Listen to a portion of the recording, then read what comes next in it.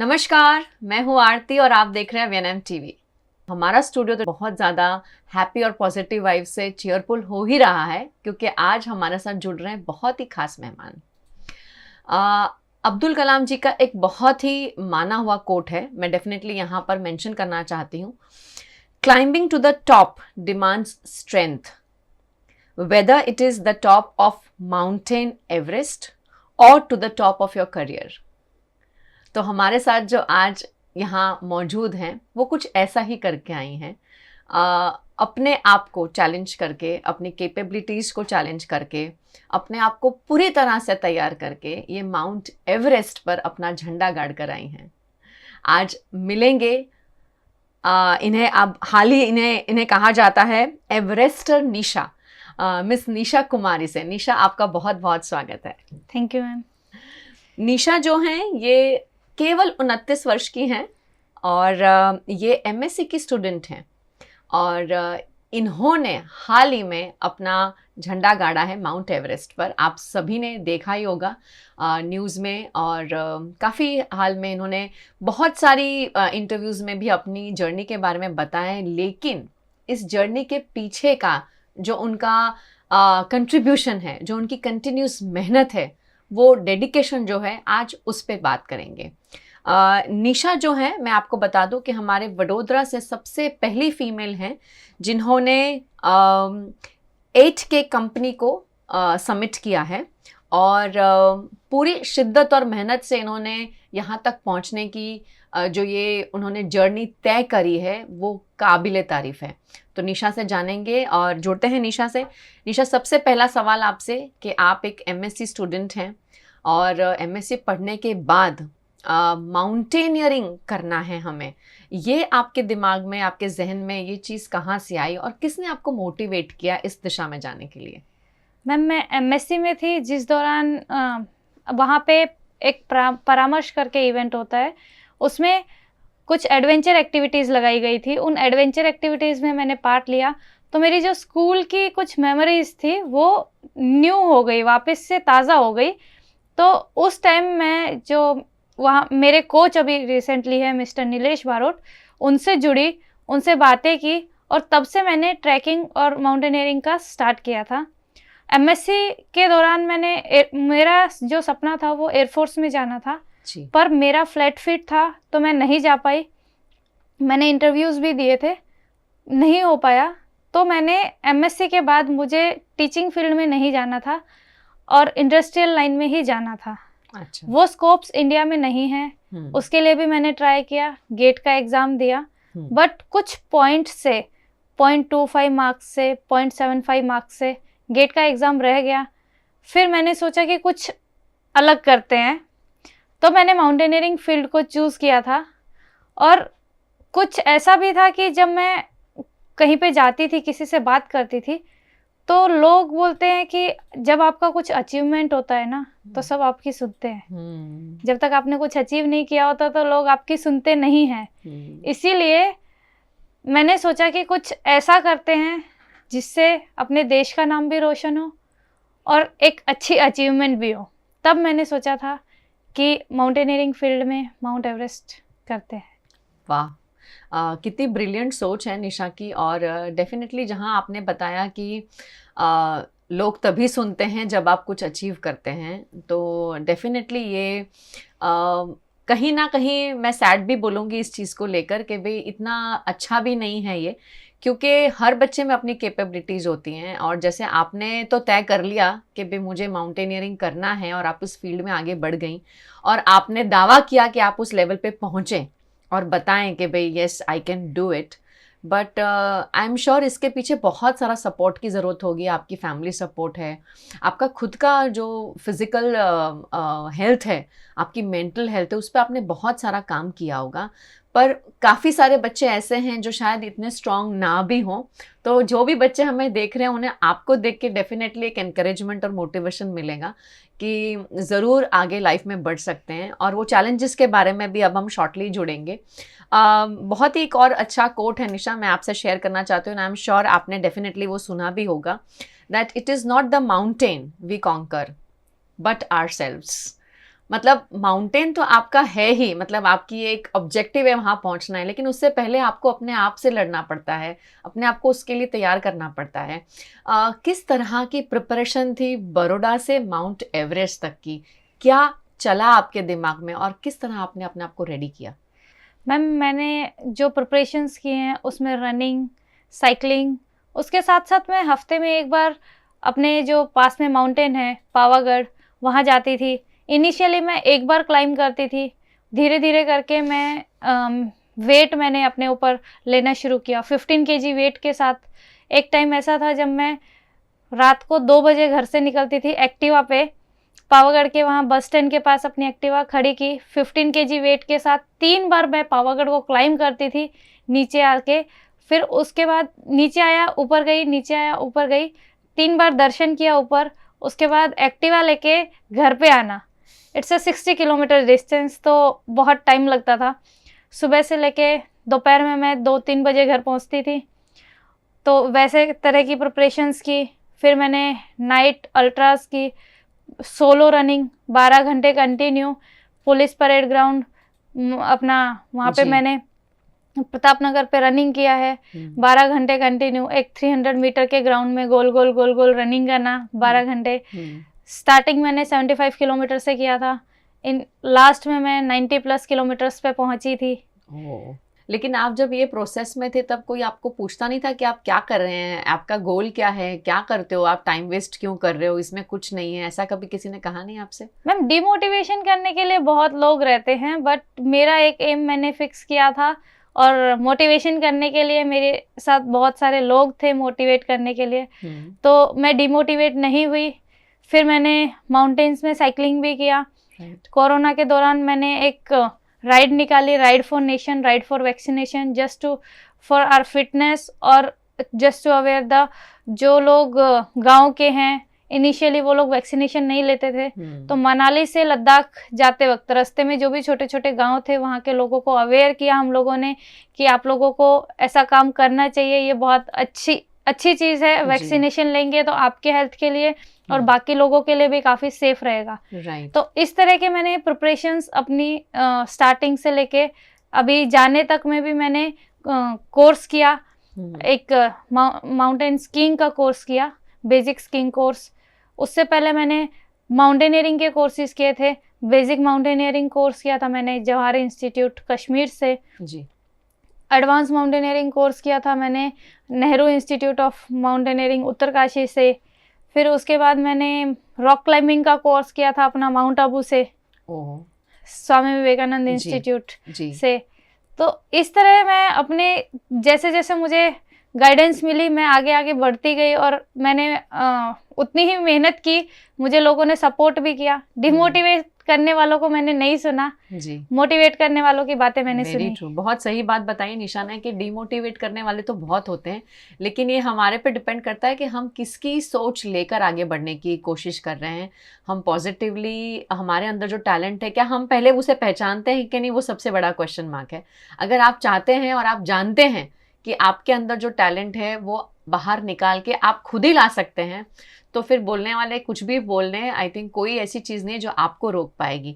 निशा, जहां आपने ये सारी बातें की, फैमिली का सपोर्ट बहुत ज़्यादा इम्पॉर्टेंट है इसमें। And being a girl child, आपके 2 भाई भी हैं, एक बड़े हैं एक छोटे हैं, क्या किस तरह का सपोर्ट आपको आपके मम्मा पापा से मिला? आई एम श्योर आपके डैड एयरफोर्स में रहे हैं तो उन्होंने बहुत ही पॉजिटिवली इस चीज़ को लिया होगा, बट स्टिल फैमिली में काफ़ी सारे ऐसे भी होते होंगे इश्यूज जो आपके पेरेंट्स को आके बोलते होंगे कि भाई क्यों इनको वहाँ भेज रहे हो, ये तो लड़की है। क्या कहते हैं उस बारे में? मैम मेरी फैमिली का सपोर्ट मुझे बहुत अच्छा मिला है। उन लोगों ने मुझे कभी इस चीज़ के लिए रोका नहीं है कि तू इतनी रात को क्यों जा रही है या इतने दिनों के लिए क्यों बाहर जा रही है, ऐसा क्यों कर रही है। उन्होंने कभी मुझे किसी चीज़ के लिए रोका नहीं है, हमेशा मोटिवेट किया है और हमेशा मेरे साथ खड़े रहे हैं। मैंने नाइट रनिंग किया 12 घंटे का पुलिस परेड ग्राउंड पे, तो 12 घंटे मेरी मदर मेरे साथ वहीं पे खड़ी रही कि मेरे को पानी की ज़रूरत है तो वो आगे लेके आएंगी पानी, नारियल पानी, जो भी मुझे चाहिए वो हमेशा मेरे साथ पीछे सपोर्ट में खड़ी रही।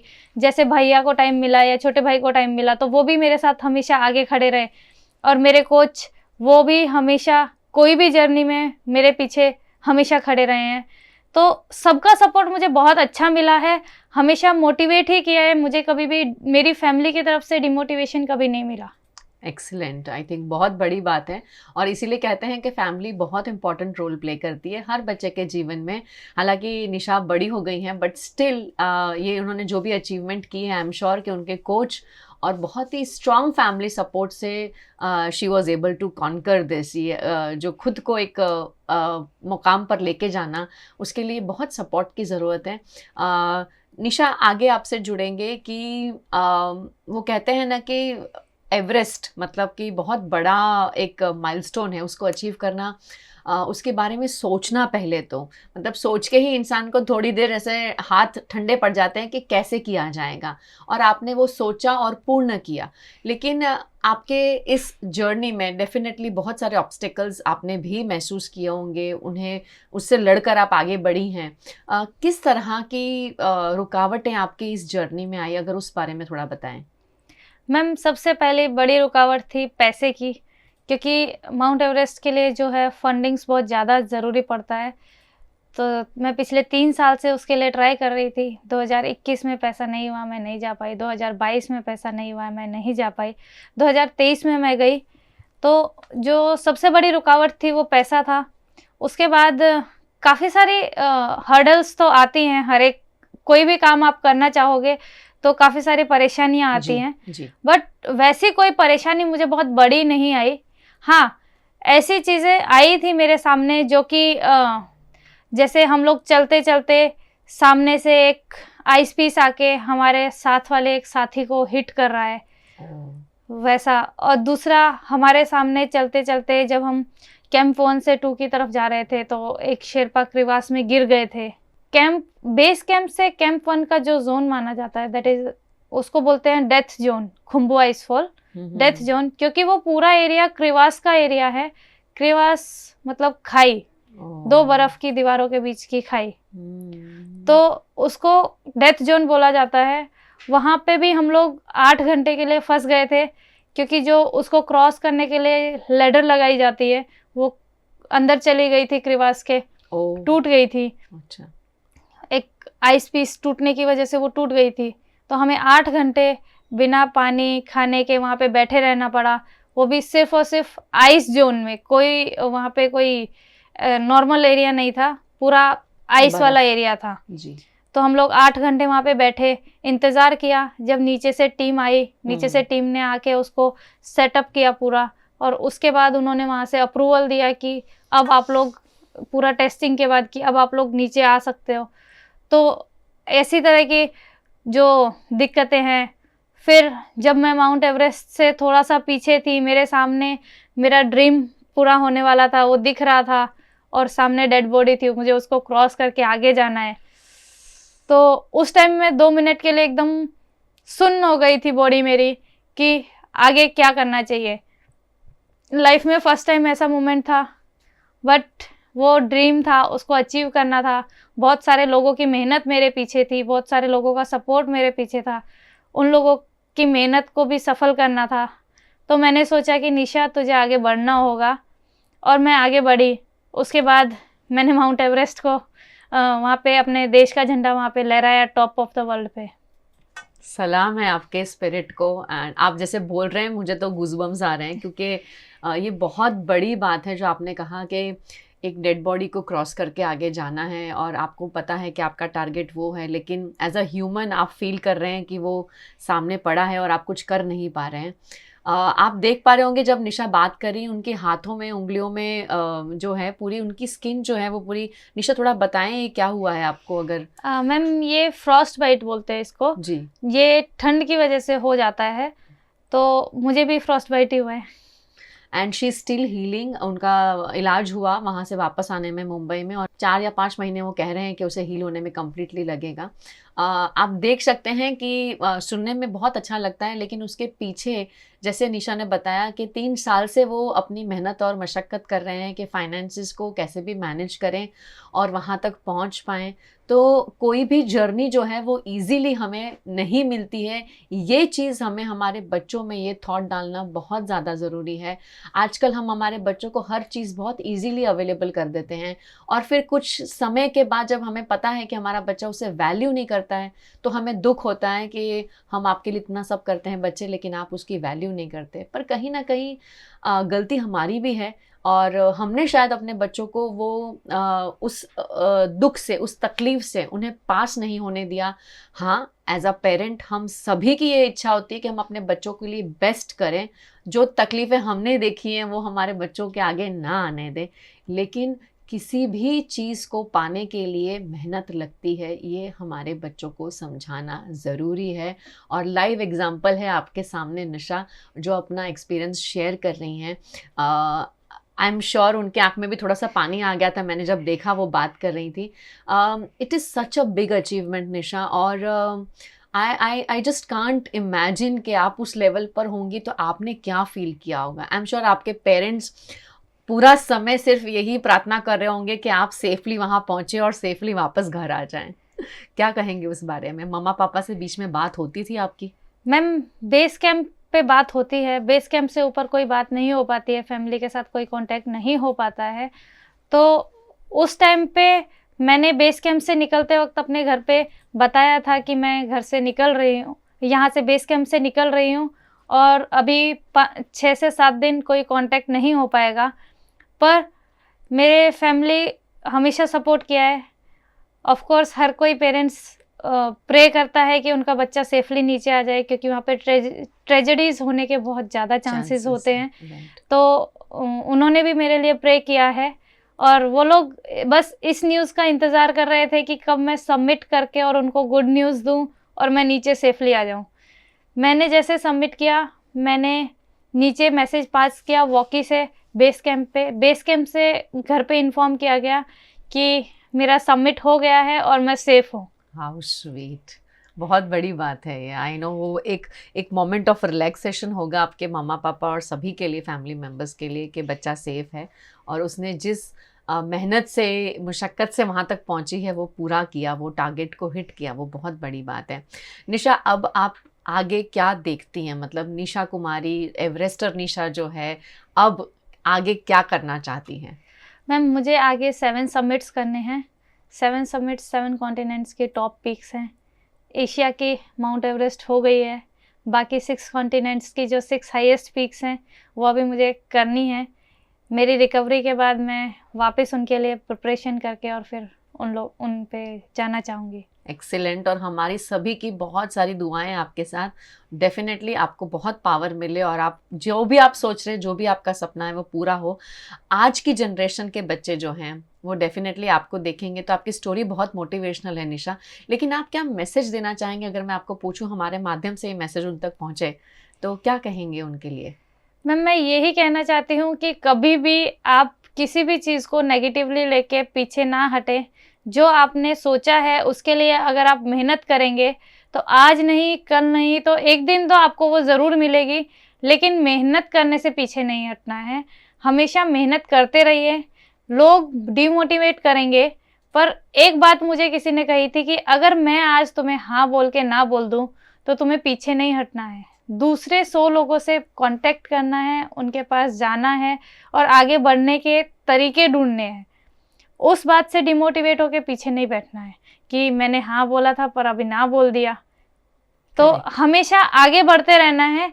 अगर कोई एक पर्सन आपको सपोर्ट नहीं कर रहा है तो जो सपोर्ट कर रहा है, जो आपको मोटिवेट कर रहा है, जो अच्छा बोल रहा है, उसकी बातें सुनो। जो डिमोटिवेट कर रहा है या जो आपको पीछे खींचना चाहता है उसकी तरफ मत देखो, उसको साइड में छोड़ दो। अपने आप को प्रूफ करके दिखाओ, उनको बोल के कुछ भी प्रूफ नहीं होगा। करेक्ट। बहुत बड़ी बात है निशा, थैंक यू सो मच आज हमारे साथ जुड़ने के लिए।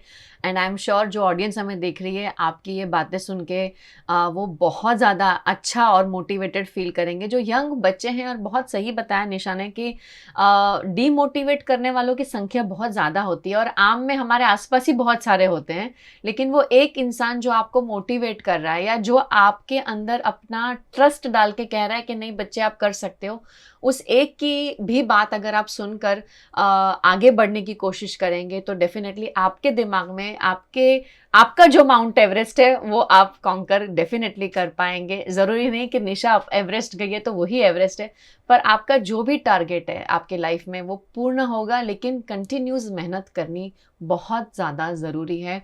मेहनत करी है डेफिनेटली, जैसे निशा ने भी बताया कि उनकी भी जर्नी में बहुत सारे ऑब्स्टेकल्स आए हैं, लेकिन उन्होंने हमेशा पॉजिटिवली आगे बढ़ने की कोशिश की है। हमें भी वही करना है कि हार आएगी बीच में, फॉल्स आएंगे बीच में, लेकिन वहाँ से उठना बहुत ज़रूरी है और आगे बढ़ना बहुत ज़रूरी है। निशा, आपको बहुत सारी हार्दिक शुभकामनाएं हम सभी की तरफ से, और आपके दिमाग में जितने भी लाइफ के गोल्स हैं वो सारे पूर्ण हो और आपकी रिकवरी बहुत जल्दी हो, वो सबसे पहली हम सभी की दुआ है।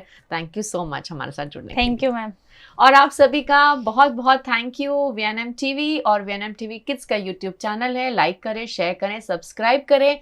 और निशा की ये जो स्टोरी है, ये आपका काम है हर घर तक पहुंचाने का, क्योंकि हर घर में एक ऐसा बच्चा है जो कहीं ना कहीं अगर ये सोचता है कि मैं नहीं कर पाऊंगा, पर ये सुन के ज़रूर कोशिश करेगा कि हाँ मैं कर सकता हूँ। इसी तरह हर हफ्ते हमारे साथ जुड़ते रहिए। बहुत बहुत नमस्ते।